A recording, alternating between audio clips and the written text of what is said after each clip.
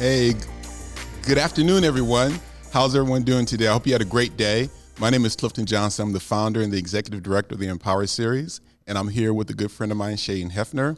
We're going to really get into the conversation, but before I do that, I want to thank our presenting sponsors, which is Comerica Bank and AE Media Group, as well as your generous donations. Without all of your resources, we wouldn't be able to do the things that we do today.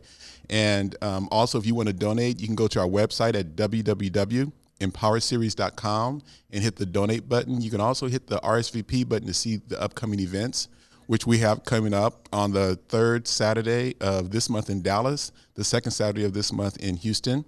And then also you can go ahead and take a survey to let us know how we're impacting your lives as well. So again, we want to thank you for your generous donations. If it wasn't for your donations, we wouldn't be able to do the things that we're doing today.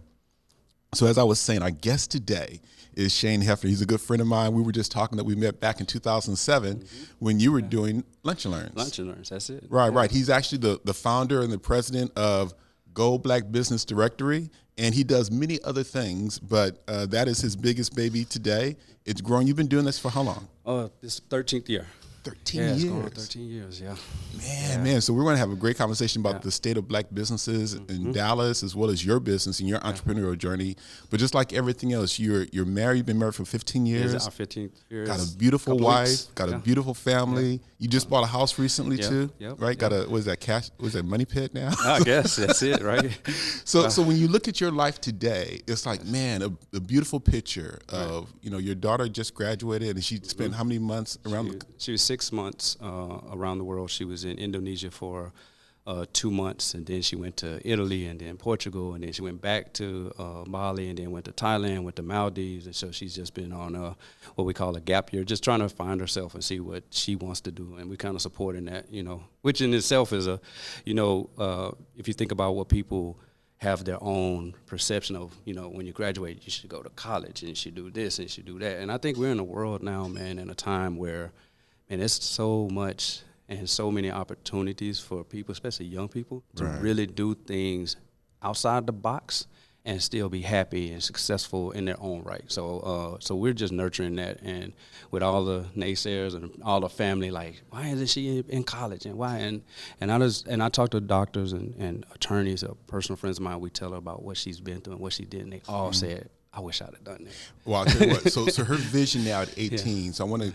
And she's 19. She'll be 20 in October. Oh, she's going to. Oh, okay. Cool. Yeah. Well, even at this age, 19 years old, you got to go back and when you were 19. Oh. Did you envision the life that you have today? Not in this way. No, I was too busy, too caught up into my own. What I thought was the right way, and and just being hard headed and So my idea, I always knew and felt that I was called for something. I always knew that. I always knew that it was something special. I always felt like I made myself that person. I carried myself that way, whether it was in soccer or whether it was in basketball and in school. I just kind of pushed myself, and so I've always felt it, but just kind of got sidetracked and just kind of got off on the wrong path and made some pretty bad decisions. But through it all, here we are. So, I heard this statement that every step of the journey is of value. And there's sometimes when we're going through the hard times, nobody that we really love would like us to be experiencing that. But the Dalai Lama said that we need to sometimes compassionately observe someone go through their suffering because there's purpose in that. Right. And if you didn't go through what you were going through, you wouldn't really be able to really fully appreciate the where you are today. Right, exactly. Right. Yeah. Especially being a parent too. You're always like, I made all these bad mistakes, and you try to fight to keep your kid from doing that. You're like, just do what I tell you, and that's where the most friction comes, because we and I'm starting to realize that we have to really, as parents and as people in general, understand and appreciate that we're all a spirit, and that you don't own that spirit. That's my child, but I don't own her spirit. And so once we get to that point and say, okay, well, just let me just kind of do what I can and advise or do some other things. But like, we don't control it, because my daughter is brilliant. She's, like I said, traveled the world by herself.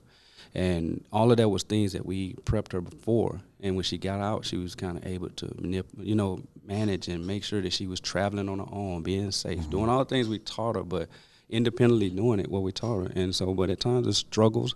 of trying to control and trying to keep her from going. Like it's a pitfall there, but like you said, you have to let them figure it out and hope that it comes through, because that's what's going to make her. So, dude, that is deep. Now, I have not always been successful in that. You can talk to my daughter; who's 32 right now. No, it's a process. We need Christine on for that, because that's a process, man. So. Well, man, so there's a lot we can talk about. Let's talk about first your business, Go Black Business. Go Black Business Directory. Okay, so I started the Black Business Directory in 2007. Before that, I was working with the Dallas Weekly newspaper, and just going around and dealing with businesses and Black-owned businesses, I just felt like we just needed a presence and like something that's quality and that we can be proud of. And so I started the Black Business Directory. It's nothing new.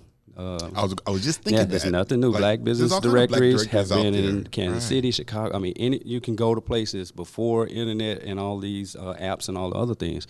You could go to most places and there was some form of it. If you want to go really, really, really back, you talk about the Green Book.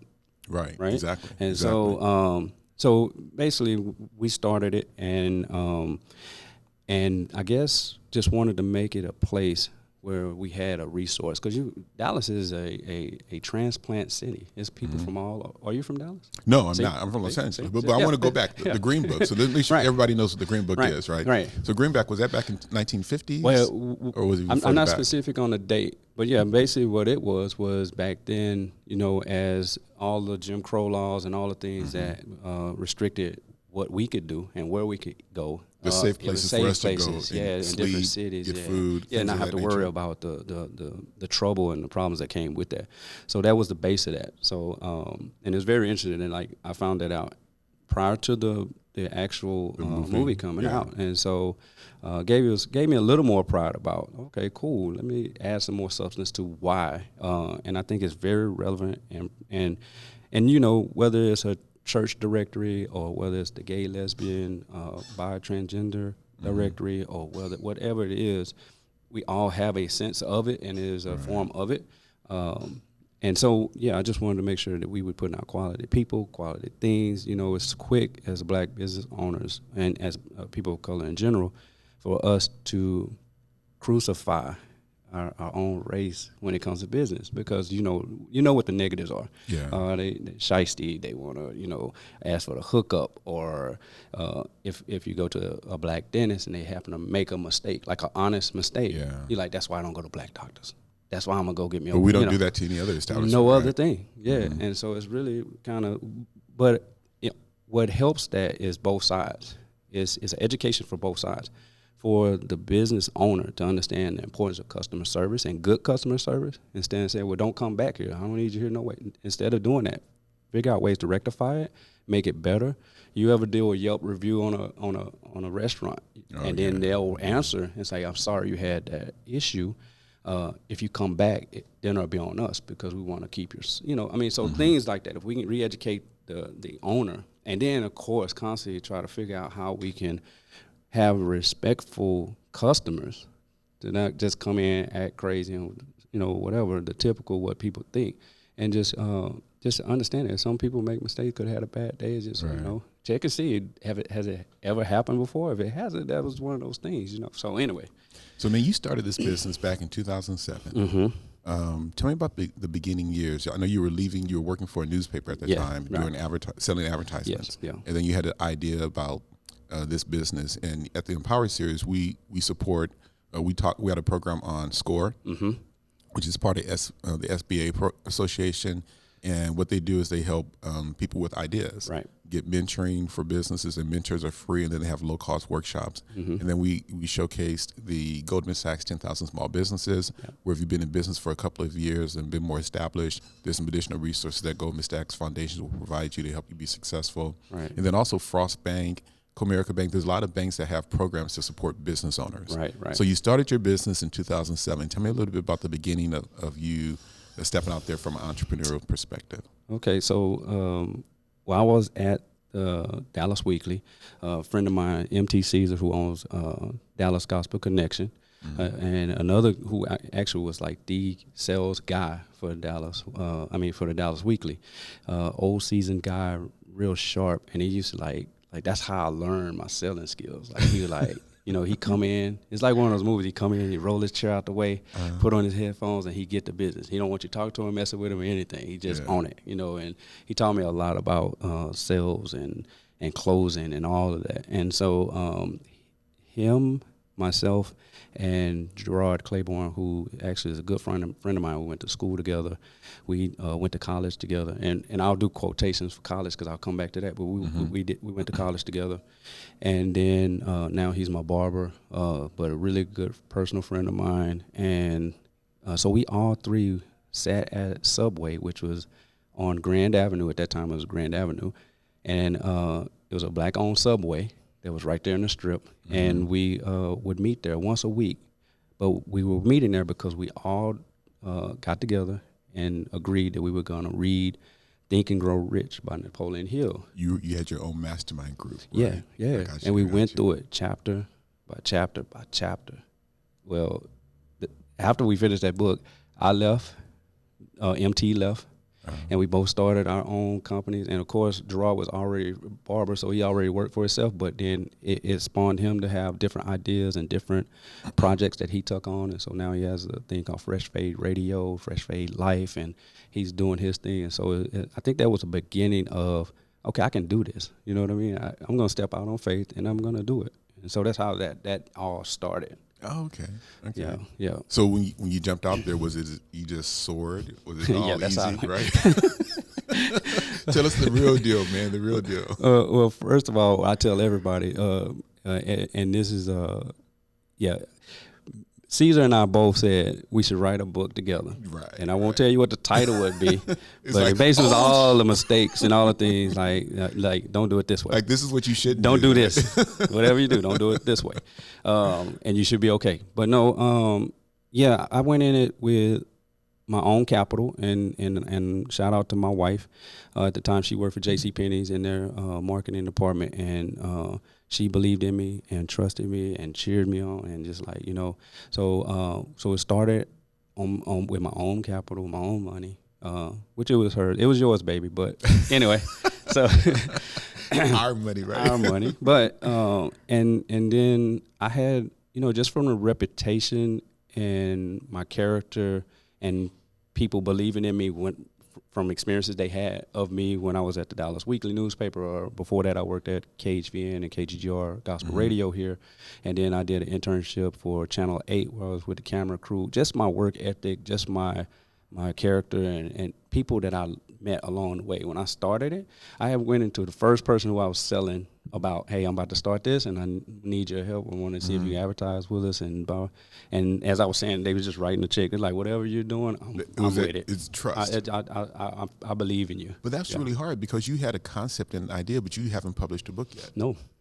And so people really they were giving you money based on your vision, your dream. Yeah. Not a real tangible product that they can say, okay, so many people are going to look at this directory. Yeah, and it's all divine, right?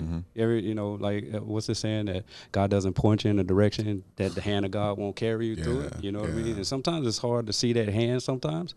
But when you have that idea and you have when it's on you to do something, you gotta operate in faith and you just gotta go in it. And I went in it blindly and not knowing a lot, but I knew that I could bet on myself. I had enough confidence in myself and what I wanted to do, and it was clear to me. And so the clarity helped.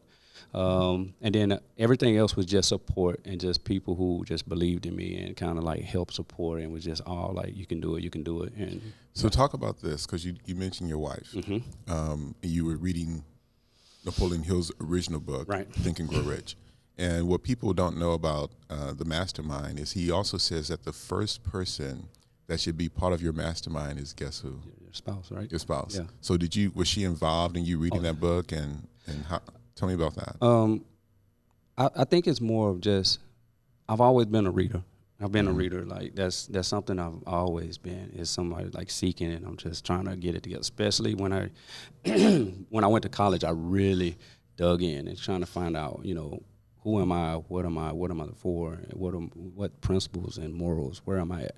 And so digging through that, she kind of has always known that that's me. That's one of the things I think she loves about me or likes about me the most is like, she's like, you know a little bit about everything. And she's always like, do I need to fact check you? Because you seem to know a lot. And it's just from reading. And Right. and then when I went to Paul Quinn College, where I graduated college, Cheryl Smith, who was my professor, she would always do these quizzes when we come to class. And it would be questions, because I was in journalism, right, and a communication major. So we'd have this quiz, and it'd be like 10 questions, and it'd be about stuff that's happening in the world today. Like, what did this morning? Yeah. Here's this quiz. I don't think anybody really ever passed it, but it was just a point exercise to say you need to be paying attention in all. Don't just listen to K104 news. Right. Don't just listen and watch Channel 8. You need to be well versed, because that's the profession you want to go in. So I've always been that kind of person where I'll pick up and I'll just kind of skim, USA Today, cool. I'll go to CNN. I'll go to some apps. I'll go to some different things and get different, like, what's going on in the world from different ways. And so I've always been that way. And it's helped me in the boardroom when I'm meeting with people. I mean, I can look around and I kind of see, okay, they're in the golf. And so I got knowledge of that, and I can kind of come in with a story, and it's relevant. Yeah. You want to talk about stocks, I just happened to read this morning in stocks that this was happening. And so, and they'll mention something. And a lot of times I'll tell you, some people, especially when I'm going to meetings, and most of the people I'm meeting with are white, right?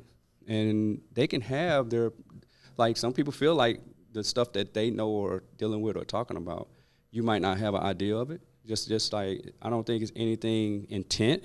It's just like, I can start talking like, let me bring it down because I might be talking over. I don't want to do that. And so they'll mention something, and I'll hear it, and I'll go right in on that topic. I like, oh yeah, I was watching that, and this, and I go in depth. And they're like, damn, okay, who was this guy? And it's helped me, so yeah. So one of your professors was Cheryl Smith. Yes. Right, with iMessenger, right? Yes. Okay, yes. so I want to give a shout out to Cheryl Smith. Cheryl, she's been a longtime supporter of the Empower series, writing articles when we have big name people come in, like Dennis Kimbrough, Shaka Senghor. Right. She interviewed them and just did a lot to support to get the word out in the community. Yeah.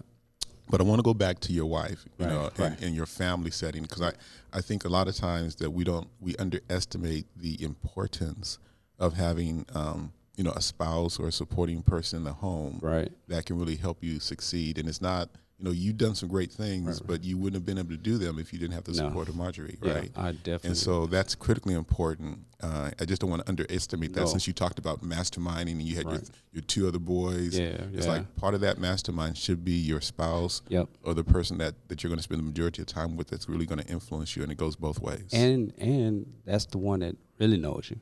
Yeah, for real. They're behind the curtain. So when you're doing the they Wizard see of the Oz truth, out here, she's back there with you, like, really? Like, Yeah. you're just going to take that, or you're just going to lay down? You're just going to, and she's like kicking my butt, man. I mean, she's hard. She's like, yeah, I believe in you, but you need to do that. Like, if I do anything, if I purchase something that's got to do, she's watching. Like, don't just do any frivolous moves. No.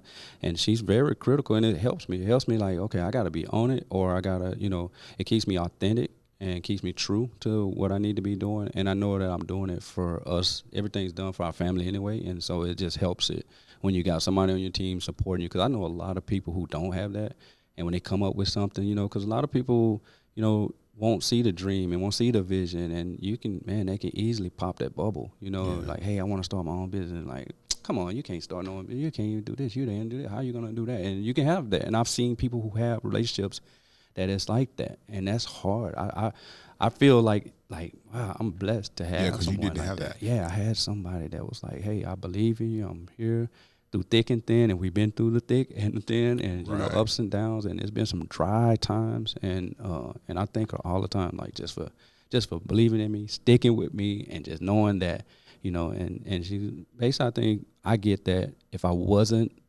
putting in the work, it'd be a different kind of situation. So we're going to go someplace else with this. So I had Dr. LaWanda Gladney here, and she has a book called The Power of Attraction. Right. How to get the man you really need, not the man you want. Right.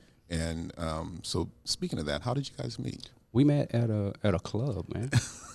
Met at a club. I wasn't a club at this point when I met her. I wasn't a club guy at all. My Now brother you're just from here though, right? I'm from So- Dallas. Yeah, okay. I'm from born and raised in Dallas. But so we went to a club.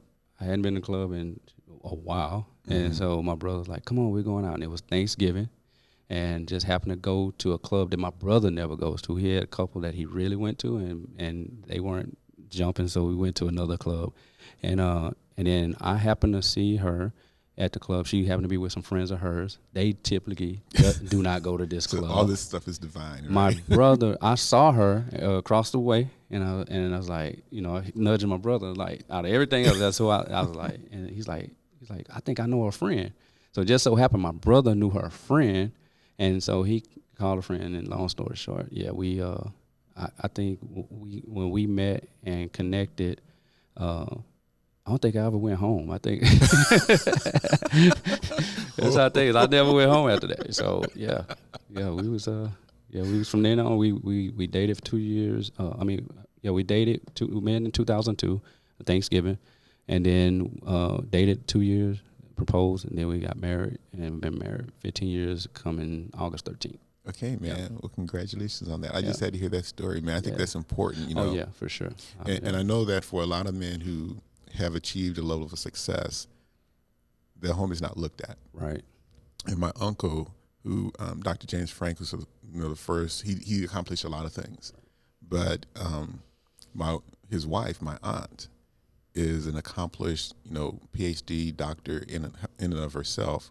And when I talk to them about what they've accomplished, some of his biggest accomplishments was fueled by her and her comments. Right. And so I just know how powerful that is to be, yeah. in a good supportive relationship with the spouse. So so you were blessed to have that. It was. Yeah. Definitely. Most definitely. Yeah. So Mike, I'm giving you a shout out. Right? Yeah, that's it. So that's cool. So now the Napoleon Hill book, I think is interesting because that book has kind of propelled a lot of people into the entrepreneur space. And then when did you hear about Dr. Dennis Kimbrough? When was the first time you remember hearing about him? After a meeting with you, that was the first time. Yeah. Okay. When we did lunch and learn, and I was like, okay, cool. I think I had heard of it before, but never kind of dug in it. Yeah. Now that was in 2007, and what we're talking about, I brought his book. Right. Yeah. I don't know if you guys can see that, but it's been used. Why is that? I know. But Dennis Kimbrough co-authored a book with Napoleon Hill. Right. And I was telling you about him in 1990 or so. He published this book after working on it for 7 years. He started with a manuscript that Napoleon Hill had started before he died in 1970. Right. And so in 1970, when he died of a stroke, their foundation held onto that manuscript for around another 16 years. Yeah. And when they saw Dennis Kimbrough, who graduated from Northwestern, going around the world interviewing African-American business owners, they flew him in and they gave him a manuscript of around 100 pages that Napoleon Hill started, where he was writing a version of the original Think and Grow Rich book for African-Americans. And he interviewed, I think, 2 people. Right. And they asked Dennis Kimbrough to put his book aside, which was What Makes the Great Great, but to finish Napoleon Hill's book. And, Dennis was like, dude, I'm busy. I'm doing my thing. Right. But the foundation said, if you had any sense, you'll finish this one. Yeah. And so this book really put him on the map, translated into many different languages, sold millions of copies, and he's the renowned expert when it comes to Black wealth. Right. And he's written 5 books since. His most recent book is The Wealth Choice. Right. And so again, I just want to give him some dap, because these principles of success is really colorblind. It's gender blind. Right. Dennis will tell you that it's not about white, black, rich, poor, whatever. It's about dreamers versus non-dreamers. Right. And you and your guys were sitting there dreaming about what you can do, and you took steps about that. And it wasn't a smooth ride. Right, for sure. But you went out there and you did it, right? Yeah, for sure. Yeah, and I think it's important, like I said, for a lot of reasons on the different levels. Again, it's almost like, with the Black Panther phenomenon, right? It's just what it means when you see the black superhero and the Wakanda for life and that pride. I'll give you an example. Remember when President Obama won, right? Mm-hmm. Man, you could walk down the street and you're like, hey, what's up, man? To anybody that was of color, right? Yeah. And you're like, hey, we were proud. It was a proud moment, where before that, it wouldn't like mean mug the whole way, right? And so I think it's important when you start seeing and that we constantly, there's all kind of programs, but how he highlights like there's successful black men or black women, And I think when you highlight that and spotlight that, because we do go through a different challenge, the success and the money and all that stuff is one thing, but the obstacles and the ways to that, or it's a different path that we have to take, or sometimes it's a rougher, harder path, So I think it's a key that's important, highlighted. And the subtitle to his book is "Think and Grow Rich: A Black Choice." Yes. It's everybody's choice too, right? It's accessible to everybody, but it's a tough one because everybody's plight is different. Whether you're a woman, whether you're any person of color, sexual preferences or whatever that is, but the access to the principles of success are there for all of us. Right, for sure. Yeah, for sure. Yeah. So what is your advice going back to fuel this spirit of entrepreneurship to young people today? Environment's a little bit different. Yeah. I was doing some research on Robert Smith. So black billionaire out of Austin. Right. He started Vista Capital. Gave all that money to wiped out the debt to the class of 2019 for Morehouse, which is cool. Yeah. And we should all be able to write a check to do that, right? Right. But when I was reading an article about him a few years ago, this was during the 2016 election. He made a comment that this divisiveness that's happening in the economy now, in our communities. Right. He doesn't feel that young black boys are growing up, or even women are growing up with the potential to really see themselves achieving things on an equal playing field. So he felt that he needed to have more exposure to let people know that all things are truly possible. Right. So given your path of 13 years of building your business, what advice would you give back besides, hey, don't do what I did? Right. Well, first, man, I just think that, again, there's a lot of obstacles that we face in general as people of color, man.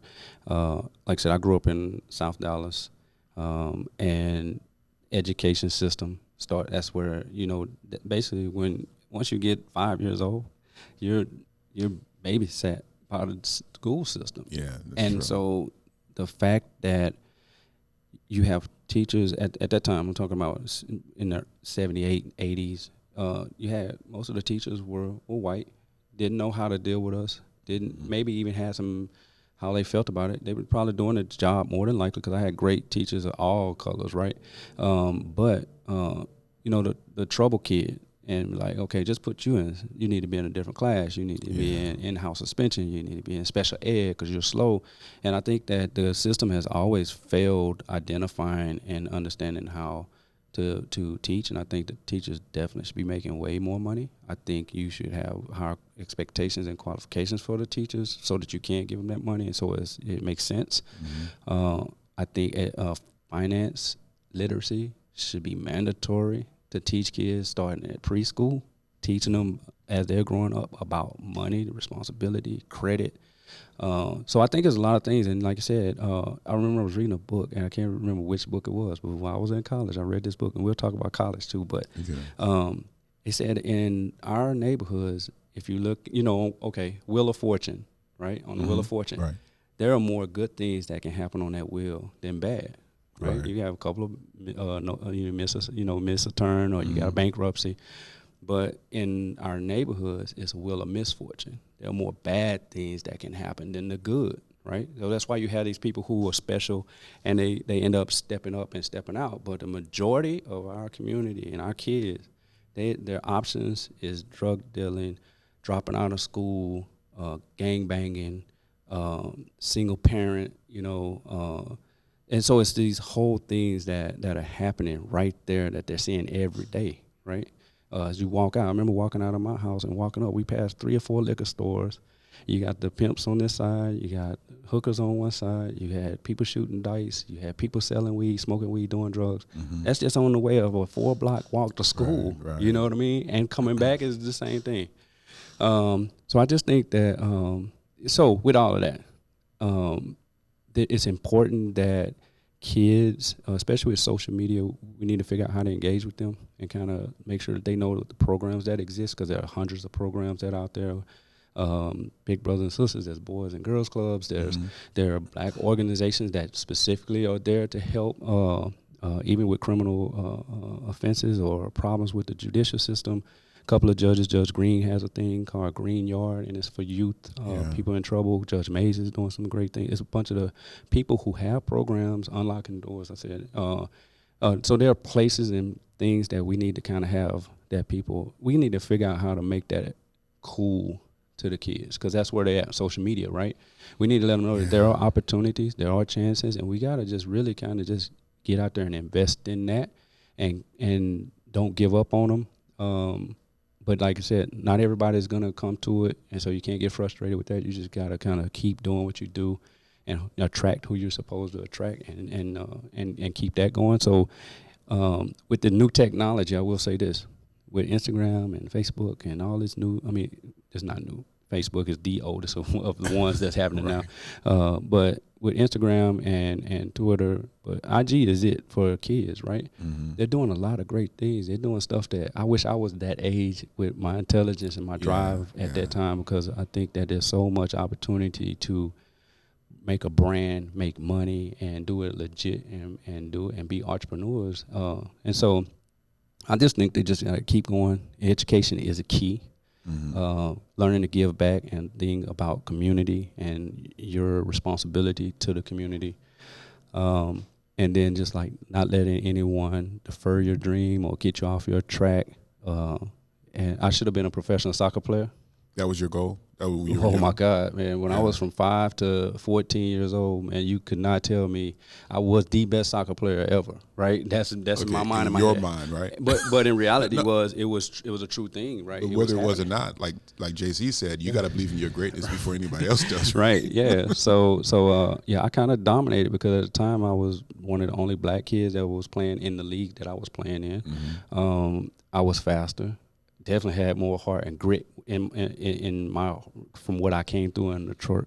I just think that it has a lot to do with, that was my escape. So what happened, man? I went to, this was a time when they started, for us in South Dallas, started getting bused to white schools. They started forcing the integration for us, and it wasn't that far back. Now, did that get you interested in soccer? Because I was before that. No, I was before that. It was something I loved at 5 years old. I just loved, it was my thing. And so, so anyway, what got me off of it is I went to a school where blacks were coming. Like, we were all getting shipped to this school, and all of a sudden now it's like, black people don't play soccer, man. Like, this is my friend. Yeah, I'm from LA, man. Like Crenshaw District. I'm thinking black people don't play no soccer. And I would get like, I almost cry. I'm like, what do you mean? I had posters of Pele. Yeah, like, this is the greatest soccer player it is. What do you mean black people don't play? But that was the only person I had a picture of. He was it. You know what I mean? But so and I let that get to me, and so I started trying to play football, but my mom stopped that in the middle of a play where I almost got broken up as a receiver. She ran out on the thing. So now you done. Grabbed you by the ear. I grabbed my helmet. I'm like, well, we're out. No, but and so I went to basketball. It was a natural thing, and so ended up going to basketball, playing basketball, and really got good at that. And so I say stick to your dream. Don't let nobody get you off your dream. So you transferred from soccer to basketball. Mm-hmm. So scholarships weren't on the list. What's going on? Yeah. Man? So had some great. I went to South Garland my freshman year. Got to practice play with the varsity there. Then went to Hillcrest, and then from Hillcrest I went to to Skyline High School for my 9th and 10th grade year, and had opportunities to go. I love school. I had this thing. Well, my mom and dad didn't graduate high school. Okay. So their thing was, you're going to graduate high school. Mm-hmm. You're going to get good grades. So it was no option about bringing in bad grades, but their life made it like this is one thing you're going to do. And so I loved school. I was very competitive. Like I said, we came up in a time when it was whites against blacks. Like in my neighborhood, we went to there, they lived, but it was this, I always felt it was an error. Like I felt like they thought we were less. Okay. So I commissioned myself to say, you're not going to be better than me. I'm sitting at the front of the class. I'm going to make the better grades.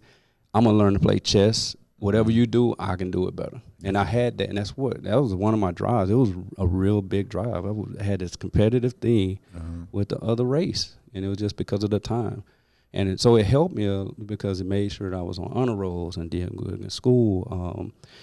And then, remember, so college. So that's how we're talking about college. Right. That's a good segue. So I ended up getting into selling drugs. Got caught up into that. And this was in college or high school? High school. My senior year at Skyline. Okay. Senior year in Skyline, making $2,000 a week. So the money, in right? 1989, Gotcha. 2000 a week.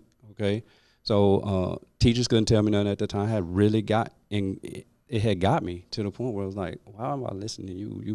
You don't even make this in a So month. you had this entrepreneurial spirit even in high school. Yeah, Okay. just the wrong kind. Right, But yeah, right. You were applying it towards that. hustling and doing everything, and so end up getting put into a special program because again I was on the road, but Because you got in trouble. Got in trouble because I Okay. started missing the school because the guy who I was working for said if you come at this time, which was like 10 in the morning, I could pay you more, and so I was like, so I just kind of got caught into that cycle. And then but again, they called a special meeting. It was the principal, my coach J.D. Mayo from Skyline. What were your parents involved in this? Were they there? Well, I was kind of living on my own, making my own money. So, from time So you had moved out? Oh, I've been staying on my own for a while. So, my mom and dad were separated, and so just through different trials, and y'all can read the book because it'll be. Do you have the book yet? No, Okay. it's in the works. But Okay. and you'll see why some of the decisions I made. But they both came together along with some of the teachers that knew me, and was like, "No, this is not you. I don't know what's going on, but We're not going to lose you, right? yeah." So I had to go to like one of the little special schools that they have for pregnant women or pregnant girls and different people. knucklehead guys. Yeah, and so when I go there, and I went there for a while, and it was kind of weird because I knew more than the teachers there. So when we got assignments, and I was like, it was just too easy. I'm like, and I got bored quick, and they would have me helping the other students, which was cool, but I was like, this ain't for me. And so my mom saw that was like, she was like, because I talked to her, and she was living in Oklahoma at the time. So she said, no, I'm going to come get you. You come in Oklahoma. So back up for a second. Yeah. Dude. So you're in high school. Mm-hmm. You're doing well in school. You're doing well in sports. Mm-hmm. Before you got into the drug game, Yeah. did you have a vision about going to college, though? Yeah, I had a vision of going to college. I knew I was good enough to get on a basketball team in college. I felt that. But somehow you But made not a choice. pro. Well, did you make a choice of, okay, I'm going to do this drug game instead of going the Yes. education route? Yes. You decided. Totally. Yeah, Okay. totally. Yeah, it was one of those things where it was the money. New Jack City was out, Scarface was out, all Dude, the things. Okay, that so kinda, let's talk about that. So yeah. I'm from South Central, Right. Right. So bad area. Right. Right. Rolling neighborhood, 60s Crips. Yep. And I saw the same thing. Right. But I decided, I said, dude, I am not going to go for the money Right. and be looking over my back Right. everywhere I go. Yeah. So my cousins, man, were getting beat up every day coming home from school. Right.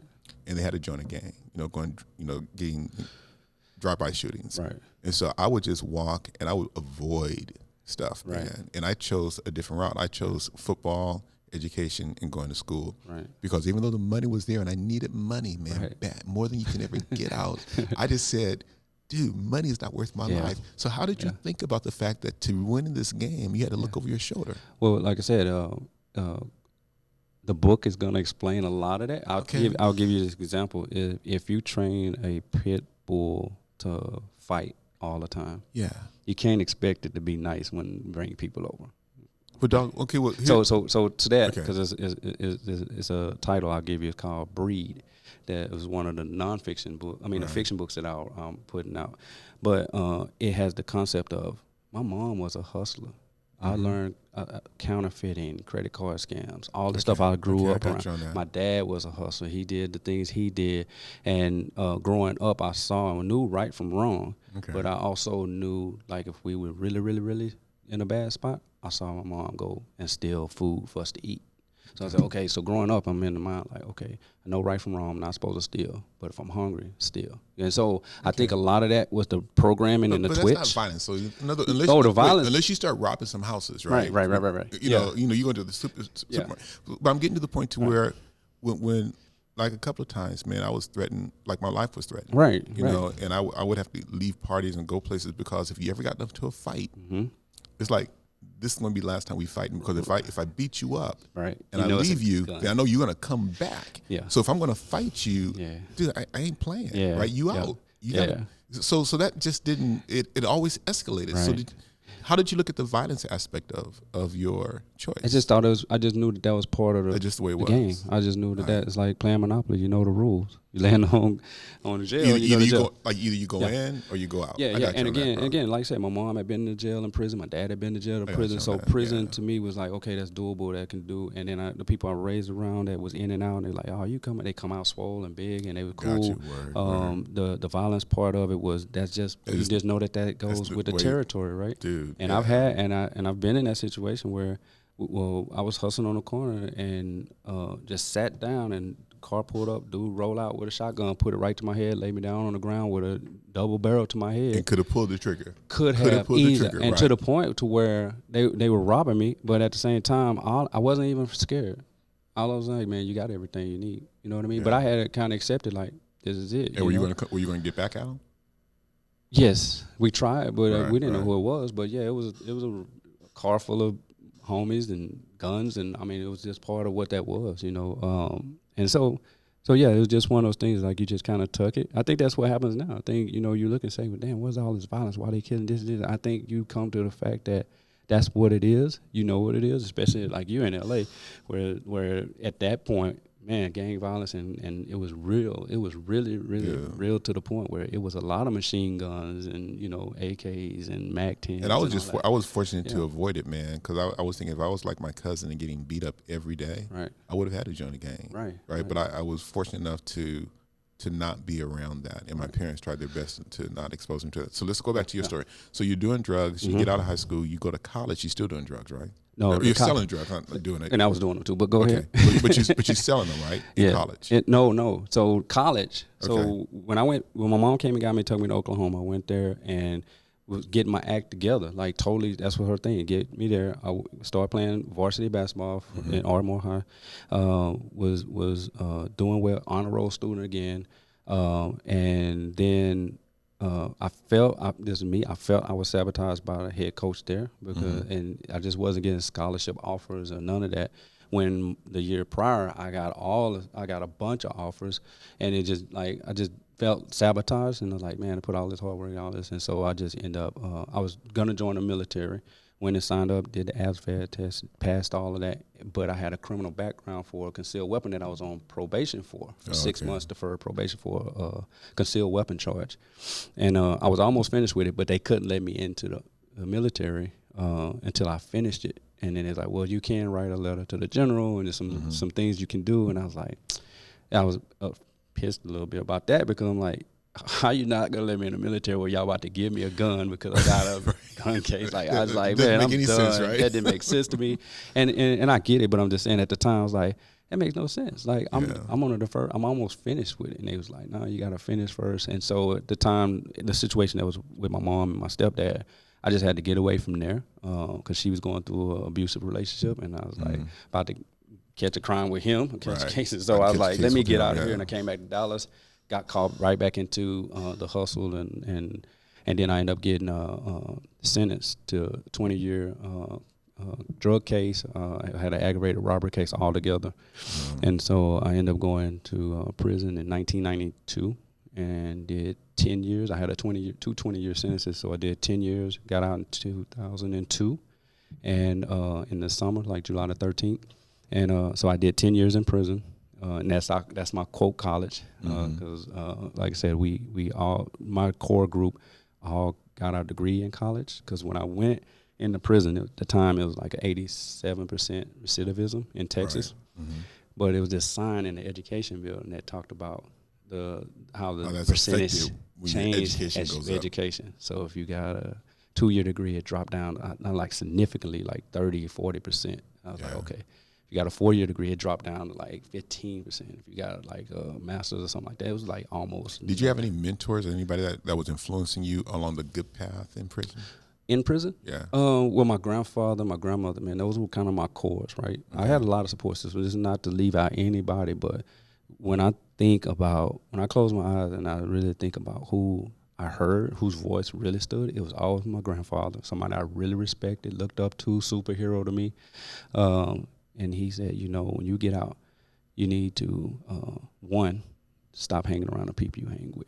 Just stop it. He said, because when you around shit, you bound to step in it. Oh, right. That's my favorite quote. I want to remember that one. When you're around shit, you bound to step in it. And he said, second, start your own business. that was something he said before I even thought even about this. I never, when I got out, that was there. It was a seed planted.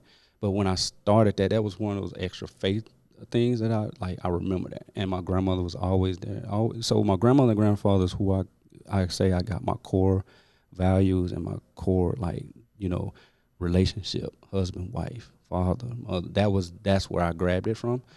Spent a lot of time with them both. And then, along the way I had what I call a brother of mine, a play brother, who, Gerald, his family tucked me in at times when I was like 13, 14. And so his mom, Edith, the rest of soul, was like a mother to me, and she was big in faith. Was this after you got out, or while you were this is before. So this was before, but her support, her things and teachings. And so while I was in, I think the biggest thing I did was I grabbed education. That's what it sounds like, yeah. Most people, you hear this a lot, people talk Bible thumpers, and people that go to prison, they grab either Islam or they grab Christianity. Mm-hmm. I grabbed Christianity because that's what I knew, but I also studied other religions and kind of figure out what truths I liked. But T.D. Jakes' ministry was doing something at our prison facility, and so I clinged to that. They were sending in videos, and there was a bunch of videos just sitting there, and I asked my chaplain, I was like, why we don't ever watch these, right? And so he let me start a class, and I would go and get all the, hey man, come watch this with me, come on. And it'd be the gangbangers, it'd be the people who wouldn't come to church. Yeah. But they all like, video, come on. Right. And it was powerful. So that was my kind of thing, my mentor, I would think, is probably T.D. Jakes. A lot of just God talking to me and kind of doing that. My dad and my mom and family were all supportive and kind of coming to see me a lot. So did you have a vision while you were in prison of what you would do when you get out? Yeah, or some kind of dreams you had. One was never coming back there. I just knew again that I was called and meant for something bigger and better than selling drugs, hustling, and the crime life. I just knew that, and so I made a commitment to myself that I would do everything that I could not to step in it, and by not being around it. So why did you get out at almost 10 years instead of 20? Were you thinking you were going to do the whole 20? No. You were Actually, I was eligible after 5. Okay. But at the time, George Bush was the governor here, and he was trying to push this mandatory 50%, 85% law. Right. At the time, Ann Richards had just dropped it. She was letting prisoners come out to get back out. She dropped it down. He got back in. He raised it back up, and he was pushing for the 50%, 85%, which is a problem in Texas because the sentencing is so high. You can get away with that in New York and other places where you get murder, you get 9 years, and you can do 85%. But when you're getting 85 years, 75 years in Texas, you're talking about people's life forever, right? For all kind of crimes, not just like murder. We're talking about all kind of felonies. And so it didn't go through. And just so happened, he still influenced the parole board, and everybody was getting set off till they did 50%. Till 50 anyway, right? Yeah. They weren't letting you out. Yeah. Okay. And so good behavior. I stayed out of trouble. I got my degree. I was working, for wardens and different stuff. So I did what I had to do inside, stay out of trouble, and got out after the 10-year mark. But I have a lot of friends who did all of theirs, like 25 years, 24 years, 19, and I'm, so. Yeah. So, man, whether you do prison or whatever mistakes you make in the past, right. One of the things that's good, and that was part of Shaka's message, right, that your worst deeds don't define you. Right. What really defines you is really your vision. Right. What do you see and what are you moving towards and what are you becoming? So when you came out, man. Finishing college was the key. That was the next step. Okay. So that's why, real quick, I went to apply at DBU. Now, here I got a 2-year degree. When I was locked up, and it's from a legit college. I was with a 3.7 GPA when I graduated it, ready to do the right thing, applied. I'm Native American, Chickasaw, so school is free for me, right? It always has been. If I apply anywhere, if the federal government doesn't give it to me, they got it. So DBU denied me because of my criminal record. Your criminal record? Right. And I was like, hold on, because mind you, T.D. Jakes' church is right there at Potter's house. So I was trying to be right there. So I could just, that was my plan. And they refused. They had a board meeting and everything. And it was like, well, we feel like you might be a threat to our student body. Serious? And so I'm like, man, y'all don't know the people that's your student body is a bigger threat to me because I'm not going back, and I'm here to change my life, and that's why I selected you. So long story short, that's how I ended up meeting Cheryl Smith and going to Paul Quinn College and finishing my degree there. Which was cool. Right? Yeah. And so it was the best. One of the best things that happened to me was actually Paul Quinn College and really meeting Cheryl Smith. She kind of became like my mother, my aunt, my sister, and a really, really good friend. And she just like, we're gonna do this. Don't worry about it. Just do what you got to do. I believe in you. And she's been one of the big supporters of mine from the very beginning. And so that was that path. So you met your wife right when you got out too, then? Right? Yeah, right when I got out. That's what I'm saying. Like I didn't go home. I already had about 4 or 5 months, but yeah, we met in November. I got out in July, 13th. So yeah, we met quick, and it was and that was one of the things. It's like, man, I just want to find somebody who I could live the rest of my life with, raise a family, and just do what I, like you said, the vision of what I see my life being and what I think God has for me. So, yeah. So, man, you're in business, you're learning a lot, 13 years. What's the next big thing for you? The Shane Hefner enterprise and the Shane Hefner brand, as far as really getting my story out to really help and get people to see that, like you said, the past is the past. That's chapter 1, 2, and 3. Now we're on 4, 5, 6. It's now and going forward, and just being an inspiration, letting people know, I've been through a lot, I've seen a lot. There's people who've seen worse than I have, but just having that hope, and like Ayanna Van Zandt says, don't give up. Just don't give up. That's it. So doing talks, right? Yep. Getting this book done. Books. So do you have a date on the book? Not yet, but I'm giving myself 5 weeks. So you heard it here, 5 weeks, right, to get the book done. To get it done and to start, that'll be the editing, that'll be everything for me to start pushing. Have you started the book yet? Yes. Okay, good. Yeah. Percentage-wise, how far are you through it? Chapter 1, verse 8. It's a program that I'm following right now. That's a 5-week program where I dedicate 2 hours, 3 days a week. Yeah. Okay. Yeah. And is it do you have an outline already and you just fill in the blanks? Yeah. Or what? Yeah. It's like a step by step. We did a lot of the brainstorming and figuring out topics. Like, did you pay somebody for that? I did. Okay. Yeah. Let's talk about that. Okay. Cool. I was gonna ask some of our people, man. We got book writers in our group, the Power 8, like Christine and all. And I think it's just, for me, it's really it was, for me, I needed that real structure and accountability, and so this particular program is kind of set up for that. That's good, and man. it's a big name, and so when you finish it, they give you a letter of support when you're trying to get it published and all that. Yeah, so I thought that was what I needed, and even then when I did that, again, going back to my wife, I was like, baby, I got something to tell you. I just paid some money for investment, something, right? And I said, but I put my hand on it. I said, repeat after me. I believe in you, baby. Yeah, because I know how she could be like, you spending money, you better do it. Some return. And so, I'm committed to making sure. All right, so you got a book coming out in 5 weeks. You're doing speaking engagements. You got your Shane Hefner Enterprises, you said, right? Yeah, right. And so basically, let me ask you something about your book. There's a lot of books out there. Right. Why should people buy your book? They should buy my book because it's it's really like I think we all have an interesting story. I think when you talk about all the books that are written and why people get certain things, they always talk about a catchy title and this kind of thing. So a lot of thought and processes that go into that. So when you're looking through a bookshelf, it kind of grabs you.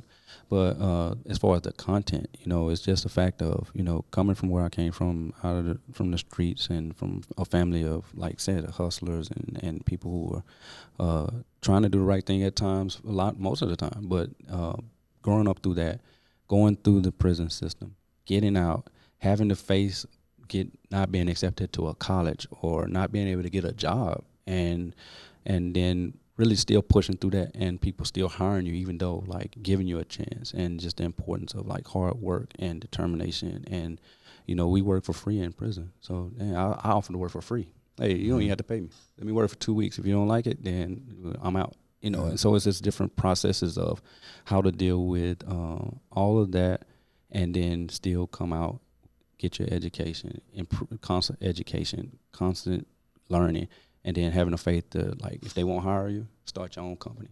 start your own thing, do the right thing, and make the money and do what it is, because opportunities out there can fulfill your dreams, and then giving back. So the book is really about helping those who are going through it. I've done a lot of speaking engagements where I talk to parents and they're like, what can I do to help my kid while they're incarcerated? What are some things that really made a difference for you from your family?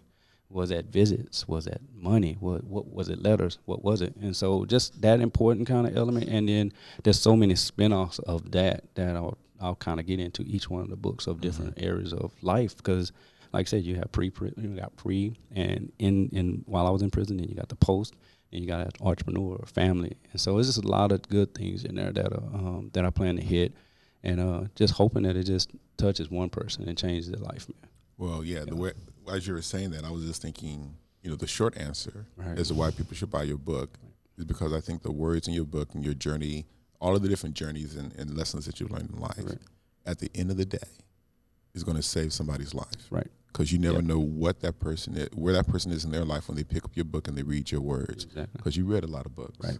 Yep. And it's an influence. Right. And so putting your life and putting your story on paper so that those words can continue long beyond your life. Right.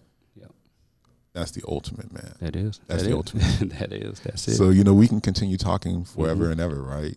We could. But I think you went to, what business did you go to before you came here? We were at Baby Back Shack. Yeah, so Baby Back, there's a sandwich waiting for me right now. Yeah, and I smell like barbecue right now. Yeah, but if I could do something real quick, I'll make it real quick. Man?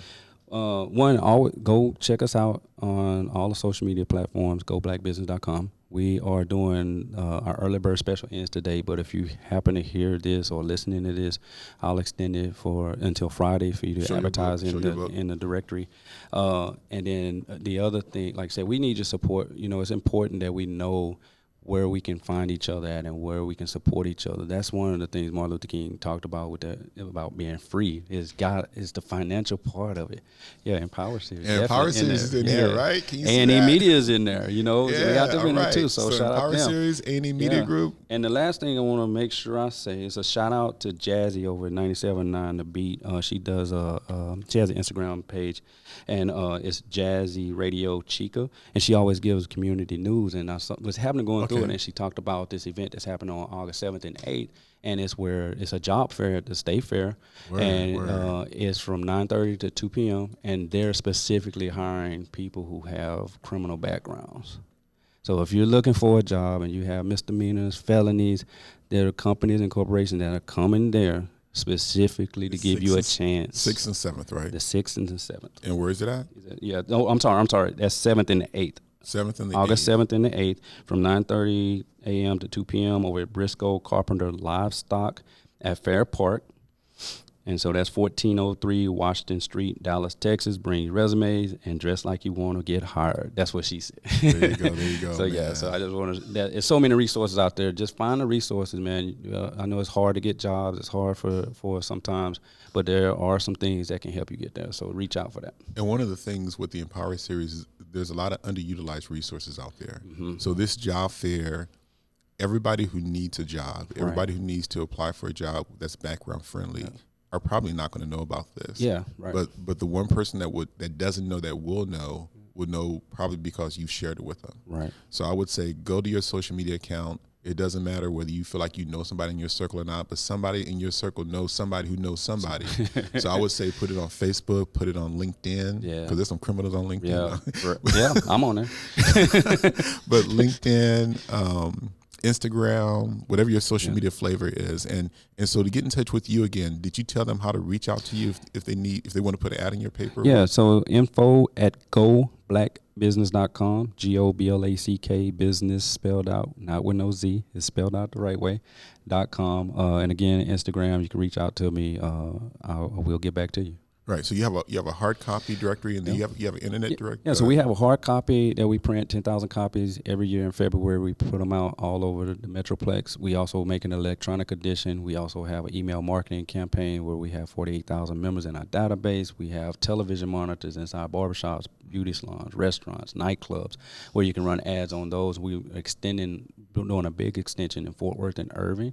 And I'll say it here, we're you really got some big stuff going on in Fort Worth. And again, Cool. really quick before the end of this year, we have some bunch of stuff that we're going to do with Fort Worth. So your website is www.goblackbusiness. GoBlackBusiness.com. So that's where you go, goblackbusiness.com. That's it. And everything's there. And also connect with him on LinkedIn. Yep. Shane Hefner. Yeah, Yep. And don't let this be the last that you hear from Shane Hefner or the Empower Series. Right. So also the Empower Series is going to be here in Dallas at the Network Bar on August 16th with Wendy Ida, and then on the 17th at the Highland Hills Library, and then in Houston we're on the second Saturday of each month at the Houston Area Urban League at the Palm Center from 10 to 12. So stay connected with us on social media. Share this with somebody else.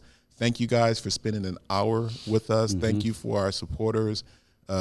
Comerica Bank, AE Media Group, and your generous donations. Keep the donations coming so we can bring quality programming out like this and shed light on people who are doing some good things that are injecting some positivity into our community and are a good example of what we want our youth to follow. Yep. So again, thank you guys for joining in, and please share this with other people.